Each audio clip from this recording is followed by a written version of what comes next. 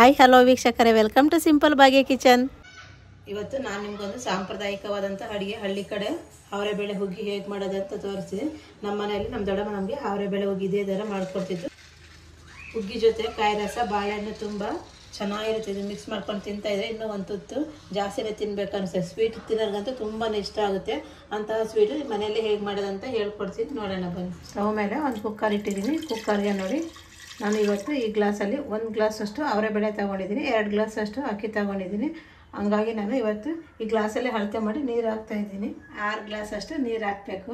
ನೋಡಿ, ನಾನು ಅಳತೆ ಮಾಡಿ 6 ಗ್ಲಾಸಷ್ಟು ನೀರು ಹಾಕ್ತಿದ್ದೀನಿ. ಅವರೆಬೇಳೆ ಮತ್ತು ಅಕ್ಕಿ 2 ಬೇಯಬೇಕಲ್ವ, ಹಂಗಾಗಿ 6 ಗ್ಲಾಸಷ್ಟು ನೀರು ಹಾಕ್ತಾಯಿದ್ದೀನಿ. ನೀರು ಹಾಕಿದ್ದೀನಿ ನೋಡಿ. ಈಗ ಅವರೆಬೇಳೆ ನಾನು ಚೆನ್ನಾಗಿ ವಾಶ್ ಮಾಡಿ ಇಟ್ಕೊಂಡಿದ್ದೀನಿ. ಅದು ಉಟ್ಕೊಂಡಂಥ ಅವರೆಬೇಳೆ ಹಾಕ್ತಾಯಿದ್ದೀನಿ. ನೀವು ಅಂಗಡಿ ಅವರೆಬೇಳೆನಾದ್ರು ಹಾಕ್ಕೊಳ್ಳಿ, ಇಲ್ಲ ಮನೇಲೆ ರೆಡಿ ಮಾಡಿದಂಥ ಅವರೆಬೇಳೆ ಇತ್ತು ಅದನ್ನಾದರೂ ಹಾಕ್ಕೊಳ್ಳಿ. ಇದು ನನ್ನ ಮನೇಲೆ ರೆಡಿ ಮಾಡಿದಂಥ ಅವರೆಬೇಳೆ ಇತ್ತು, ಅದನ್ನೇ ಹಾಕಿ ಮಾಡ್ತಾಯಿದ್ದೀನಿ. ಇದು ಒಂದು ಅರ್ಧ ಭಾಗದಷ್ಟು ಅವರೆಬೇಳೆ ಬೇಯಲಿ. ಇದೀಗ ನೋಡಿ, ನಾನು ಕ್ಯಾಪ್ ಏನು ಕ್ಲೋಸ್ ಮಾಡ್ತಿಲ್ಲ, ಹಾಗೆ ಜಸ್ಟ್ ಸುಮ್ಮನೆ ಮುಚ್ತಾ ಇದ್ದೀನಿ.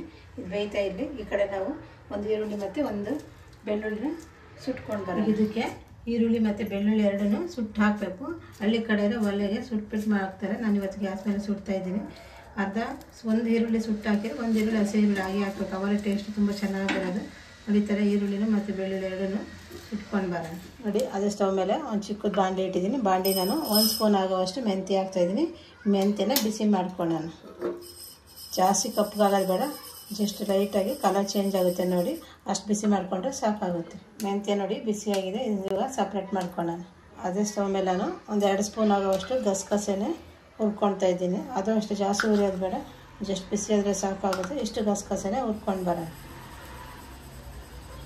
ಒಂದು ಚಿಕ್ಕ ಜಾರ್ ತೊಗೊಂಡಿದ್ದೀನಿ. ಜಾರಿಗೆ ನೋಡಿ, ನಾನು ಹುರಿದಿರೋಂಥ ಗಸಗಸೆ ಹಾಕ್ತಾಯಿದ್ದೀನಿ. ಹಾಗೆ ಮೆಂತ್ಯನ ಹುರ್ಕೊಂಡಿದ್ಮೇಲೆ ಮೆಂತ್ಯನೂ ಹಾಕ್ತಿದ್ದೀನಿ.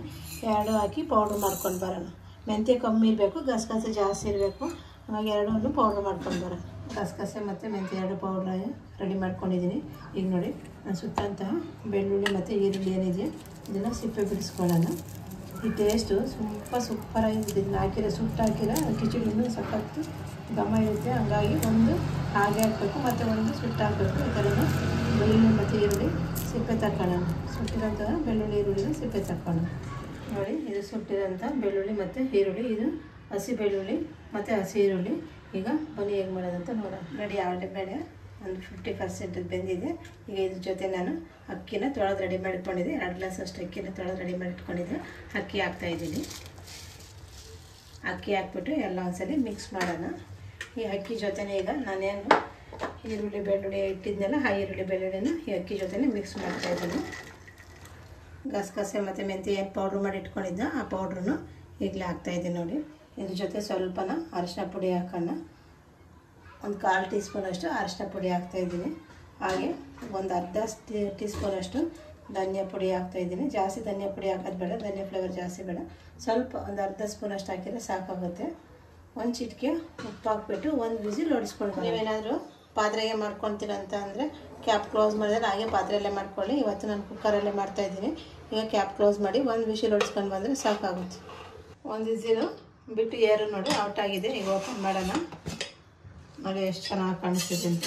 ಅವರೆಬೇಳೆ ಕಿಚಡಿ ಹಳ್ಳಿಗಂತೂ ಫೇಮಸ್. ಅವರೆಬೇಳೆ ಕಿಚಡಿ ಅಂದರೆ ಇದ್ರ ಜೊತೆ ನಾವು ಕಾಯಿ ರಸ ಮಾಡ್ಕೊಂಡ್ರೆ ತುಂಬ ಚೆನ್ನಾಗಿರ್ತದೆ. ನಾನು ಆಲ್ರೆಡಿ ಕಾಯಿ ರಸನ ಲಿಂಕಲ್ಲಿ ಹಾಕಿದ್ದೀನಿ, ನೀವು ಅದನ್ನು ನೋಡ್ಕೊಂಡು ಕಾಯಿ ರಸ ಮಾಡ್ಕೋಬೋದು.